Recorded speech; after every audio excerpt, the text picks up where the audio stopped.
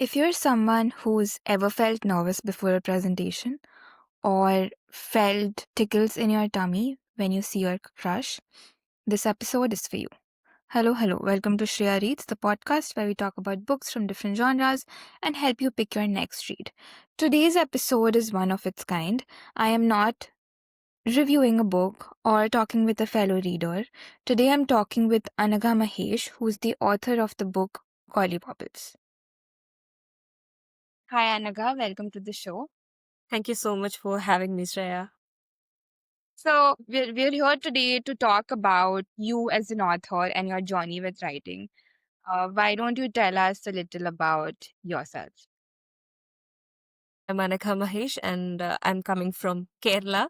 I'm currently working as an assistant professor in an engineering college. And even though I don't write for a living, I'm a person who is living to write. So that's what I have to say about myself. I'm really passionate about writing and reading. Of course, teaching too.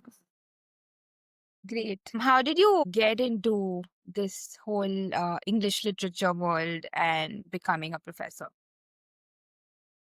Um, I think I first published my work when I was in third or fourth standard. I am a lover of stories. Like, I love stories in every form. And yeah, so then I started reading and writing and then somehow ended up here. I write for self expression. And then I thought, why can't I just publish it so that maybe someone out there feels a little less lonely? So I just wrote a book. That is great. What did you publish in your third grade? It was a very tiny poem about the rain, and I was a single child during that time, so I was a lonely kid. So all I had was books, then imaginary friends, and all that, and that may be a reason that I started writing at an early age. So I wrote this particular poem in my own regional language, Malayalam, and my grandfather sent it to a children's magazine, and I got published. So That is amazing. yeah. Yeah. It's really cute that your grandfather sent it to this Indian magazine and that it actually got published. And then what about after that? Did you publish anything after that? I was busy with studies and stuff, and then I used to read, but I never published until the age of 90. I was writing and participating in competitions, but I never published after that. And then lockdown came, and then I decided to be, you know, yeah, I was like, okay, let me do this. So I started sending my poems to anthologies, and I got rejections. I got many rejections, but I was accepted for about 15 anthologies by different publications. That's what gave me confidence to write a book, publish a book. So That's amazing. Um, so tell me one thing. Studying in English literature is different from being interested in reading or writing, right? Because not everyone who likes to read and write would want to study English literature. So how would you explain that? Like, tell you why I chose literature. So after 10th grade, I had good grades, and I was supposed to take biology science as it was expected, and I took it because I was confused, and I was pretty good at every subjects. But then what happened is, when I started studying science, I realized that this is not my thing. I'm not feeling that this is the right place for me, and my thoughts got tangled on my head like headphone wires, and I can't, you know, come out of it. And then I realized, what might be my way, what is something that feels home for me. And then I found out that it's literature. And I used to scribble on my maths homework book on the working column and all that. So I started to, you know, come back to my childhood self, and I realized that, okay, this is my thing, this is my way. And then I took that step to pursue English literature, where everybody was compelling me to, you know, take medicine or engineering. But I was pretty sure that if I'm not choosing my way, I'm gonna be trapped forever. So I listened to my heart and then I chose English literature. So that's how I ended up here. That is great. Tell me a little about your life as a professor.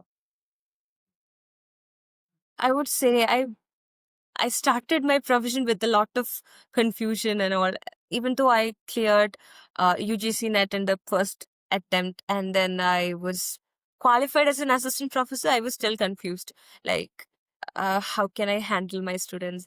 Am I enough to be a professor? But you know what? Now I feel like um, I'm pretty good at it because I can see my students being comfortable around me, more than being a person who can teach things and make them understand and score marks. Beyond that, I think I'm able to teach them something beyond books. And also, recently I'm feeling that I am a safe space for them, and that's something priceless because I always wanted to be the teacher who I need when I was young. And I think I'm there. I'm almost there, and I'm happy for it. That's why I said I'm good at it because I think I'm making a difference. Like people, I mean, my students are safe around me. And that's something really priceless. And yeah, I think that is a true indicator of success for a professor. If students feel that you're approachable yeah, and they can come to you. And I'm not a professor by any means, but I relate to it on a more corporate level where I'm a manager and I often think about what kind of manager I want to be. Um, and if people in my team are able to approach me, that is like even when they've messed up at work, right? That is the best indicator. That so I constantly try to work towards like being a good manager. But yeah, I get what you're saying. okay. Okay, so tell us about your book because I'm really curious to know. Because even the name of your book is so interesting, right? When I found out about it, I literally Googled the word. And the name of your book is Collywobbles, Yeah, yes, and the way Google describes the meaning of the word is stomach pain or queasiness, yeah, intense anxiety or nervousness. So yeah. tell me about your book. Okay, so when I was a kid, again going back to my childhood. So I have this. People have many hobbies, no, like collecting stamps, Pokemon cards, uh, cute pebbles and stuff. So I was a person who tried to collect certain words, like phosphines, collywobbles, uh, words like that. Hirayat, certain words. So I found these words beautiful and aesthetic, and then I tried to remember it. I want my tiny head to occupy with such beautiful words. Even maybe I won't be pronouncing it correctly, but still I'll try to memorize it, or I'll jot down it somewhere in my journal. So Collywobbles is such one such word that caught my attention, and then I started thinking about it. This feeling of butterflies in your tummy. And I was thinking about it, and then I felt it's the same kind of feeling. Like when you see your crush, you will get butterflies in your tummy, and it's kind of a similar kind of an anxiety you will get before an interview or an exam. So my poems are about you know two themes which mm, are into extreme kind of emotions, which is love and anxiety. And I was trying to uh, you know come up with a title that can hold both of these meanings. So, and I felt that Collywobbles is the exact title that is suitable for this particular book. So I just went with it. I really think that, um, people should replace the word anxiety with collywobbles in their head. it's gonna take such a more positive outlook or feeling, right? Because often when you think about the word anxiety, and I'm saying this because I was recently watching a video by Mel Robbins, and it was a podcast episode on how to overcome anxiety and like what happens to your body when you're anxious.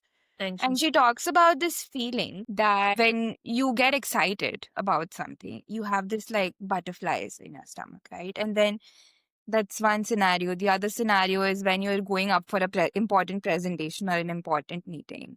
You have this feeling of anxiety. And these two chemically in your body, these two are the same reaction that your body has. But our mind interprets it differently based on the situation we are in. And I think that's what you're talking about, right? This feeling of butterflies, this excitement that you get when you see your crush, or the nervousness that you get when something important is coming up. And I feel like anxiety, the word anxiety is sometimes so negative that people don't want to associate themselves with it. And Collywobbles is just such a beautiful word and so cute also, I think.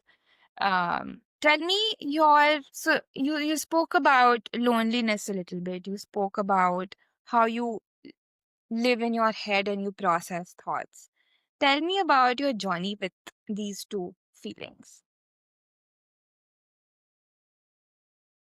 First things first, I tried to compile my poems into a doc. So I was choosing these two themes, and then I started writing. I think last November. It took me almost an year to complete my book, and then I approached many publishing houses, and then I published with Writers Pocket Publishing. So these, I always feel like these are the two extreme kind of emotions within me. I consider myself as a person with, person full of love, but at the same time I'm there is sadness in me.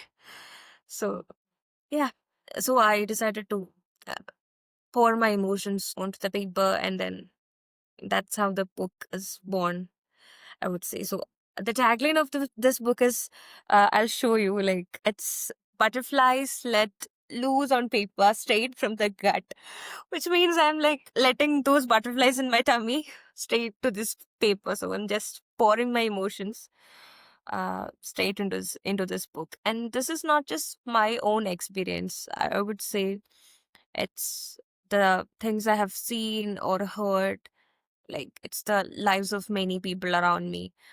So this is a book with a life. So that's How relevant do you think these poems that you've written, right? Like they're on loneliness, they're on anxiety, they're on butterflies. How relevant do you think these emotions are for today's generation? I think uh I wrote poems. Like, this is a very tiny book. I would say this is just a baby. Like, you can read it in a few hours. Even it took me about around a year to write. One can read it in a few hours. And I think the attention span of people are like really low, because there is 60 seconds, 30 seconds reels and status, things like that. So but I have written this poem in a way that when a person is reading these poems, they'll get a deep story while reading a few lines, and they can relate with it. So that's how they can feel that, okay, I'm not the only person feeling this. Sometimes we won't share what we feel. We will bury it deep down in our hearts, and then at some point of life, it would be like it will rise up, and then that might cause many troubles. But I think while reading this, you might feel, I'm not alone in this. I'm not the only person who is going through this. So I think it heals a part of them. I hope so. While writing this poetry book, that was the sole purpose, not money, not fame. I just want to feel people that they are not alone in these feelings. Uh, while I used to read books of Sylvia Plath, Emily Dickinson, Madhavi Kutti, I used to, I feel like I'm not alone. I'm not the only person who's feeling this. So I can, I can overcome this. My every poem of mine, it ends with a positive note, like uh, that, like this is not the end. There is more than this. There is something beyond this. I think that gives hope to people who are reading my book. I genuinely hope so. All right. What made you write this as a poem, right? Because you said it's a story. It's in the form of a story, but it's a poem, right? So what made you pick the poem format over the story format? I don't think people would read if I wrote a novel or short stories. I don't think people would have enough time for that. Especially, I'm not an established author or anything, but I think poetry can touch more deeply within a few lines. So my poems are like really short and you can read within minutes, but it will make you think. It lingers in your mind even after you put the book down. So it makes you think aloud. You can read it very fastly, but it it hits hard. That I'm sure. So because the attention span of people are very less and they don't have time for reading and stuff, so I decided to, you know, uh, disguise my deep and tiny stories as poems so that it would be easy for people to read. Do you want to read out your favorite part of some favorite poem or some favorite part of the book? A few lines, maybe? Yeah, I would read the very first poem Okay, if you want. go for it. So this is the very first poem in my poetry book. I'm just really happy. Even though I'm nervous, I'm excited. So I'm literally feeling Collywobbles right now. Even though Shen is like is a person who is good at making people comfortable. Still, I'm feeling Collywobbles. But I'm really glad that you gave me this opportunity. This is my very first interview. Okay. So, the title of the poem is Stain. When I was 12, my perfectly ironed white skirt was ruined by a crimson stain. My teacher asked my dad to come and pick me up from school. I'm bleeding. I might be sick. Daddy made me sure that I took a bath in lukewarm water. Sandal and turmeric paste was smeared all over my body. I felt like a little goddess. I was offered sweets, bangles, fruits, silk, and chocolates by the dear and near ones. I got annoyed because I was bleeding and in pain. Were they gleaming with joy? While applying coal on my waterline, Daddy whispered, Beta, you have become a woman. I didn't know I could transform into one on a random Wednesday. Guests took turns to feed me jalebi, kaju katli, and buffet.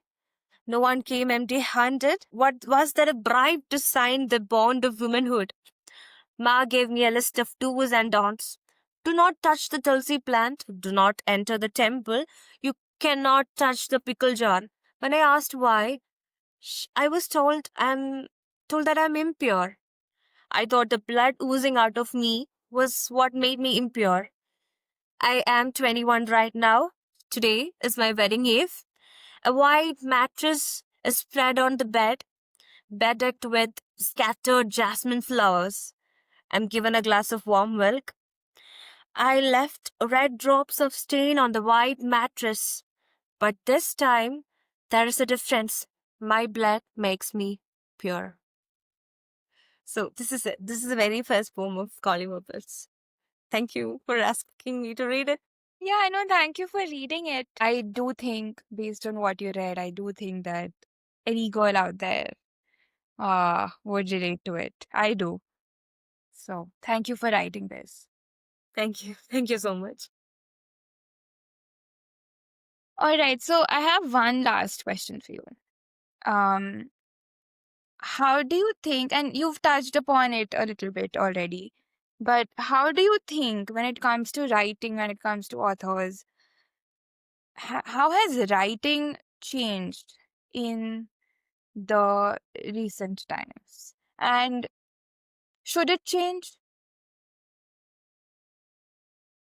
Think in, over time writing definitely changes. Like, during the past we used to focus on alliteration, rhyme schemes, rhythm and all that, but now poets are focusing on the, on the depth of the poem, on the themes and all that. Like, poetry will definitely change over years, which is a truth. I think poets should focus on how many hearts the poem would touch, rather than reaching a lot of, a wider audience.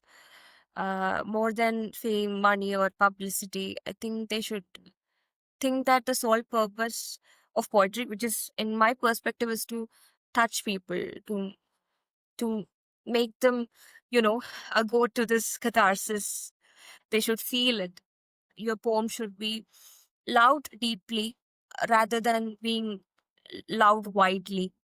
It should be like that. That's my personal view on poems. That's it. All right. Thank you so much, Anagha. Is there anything else that you want to talk about that we've not touched upon? I'm really happy that you had me and you asked me to do this interview. I'm so happy and grateful for having me, Shreya. Thank you so much. Yeah, thank you so much for sharing, sharing such a precious piece of your heart with everyone out there through your book, right? And for showing up today, for sharing your journey with me. I really appreciate this and I really enjoyed talking with you.